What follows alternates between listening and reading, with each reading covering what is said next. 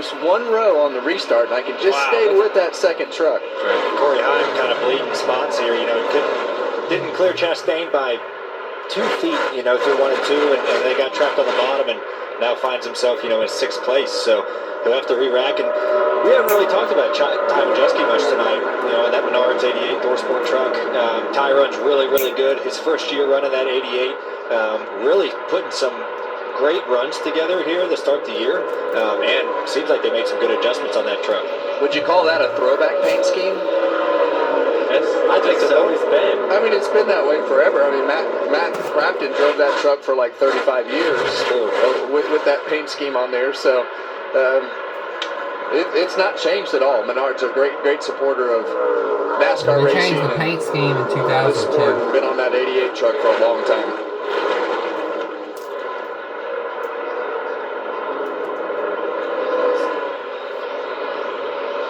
See Caden Honeycutt still up front with control of the race. And they went from Chevy to Ford. Everybody pretty much single filed out. Carson Hocevar has they changed a little. Worked his way to the 8th position right there.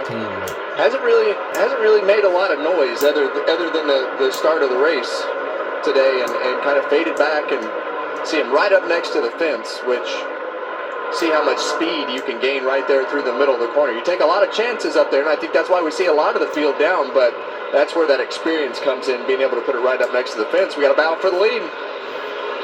Now look at this here. Ross Chastain, the first round of the race, looked average, not great, looked just okay. Now, second round of the race, we talked about it. Crew chiefs had an opportunity to work on it. The drivers gave some good feedback, and the race looks a lot different all of a sudden. Ross Chastain's team obviously making good changes, at least for the short run. He's going to get a good run off of turn 4 here. He's going to get to the inside into turn 1 of Caden Honeycutt, and he's going to clear him. Yeah, I mean, we saw the lap before. Carson Hocevar got a big run off the top at 3 and 4. Ross Chastain just did it there. We talked first run of the race, the top 3 trucks right on that apron, all the way on the bottom. And now we kind of see the very top. You have to be up against the wall to get the momentum, get that run. So this track changes so much. I mean, it's run to run, it's lap to lap, and it's just all about finding new things all the time. And Ross has found something new that's really gotten in the lead. And Caden Honeycutt's probably going to have to go searching up there. He just got passed on the top. I was just going to say that puts a lot of pressure on these young guys that don't have a lot of experience here. And in the trucks, if you hit it once, it's caving the right side in flat.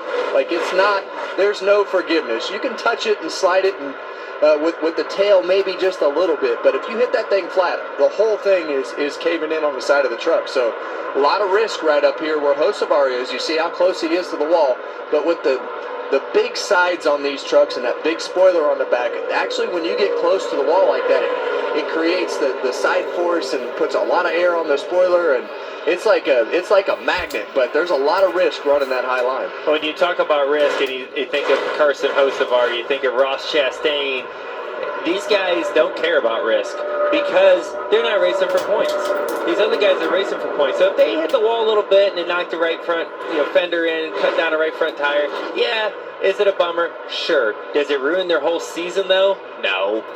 So they're willing to take some risk to go where other trucks aren't willing to go and take advantage of them. Right, see Carson has a high entry into 1 as well. We see Kyle Larson, Tyler Reddick, those guys be really good at it up on the Cup side.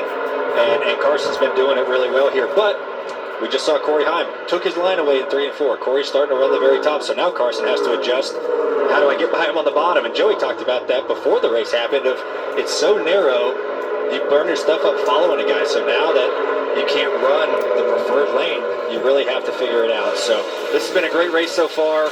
We've seen a lot of comers and goers, and you're just going to get more of the action when we come back from break. Thanks for tuning in. He also ran this car in the Cup Series a little bit. This paint scheme, really, really cool. I always love that scheme. And this is an interesting one. Tim Fedowa, my current spotter, Kevin's old spotter, right underneath my dad right there. Pretty cool full circle moment. Yeah, you see those spoilers all laid back in the car. Obviously, that's from Daytona. Those are cool looking cars, those Pontiacs that they had with the curved spoiler right there. But that's a pretty darn good throwback. I always love that car. I have so many die-casts of that race car in my house, from his Busch Series to the Cup Series. That's a cool memory.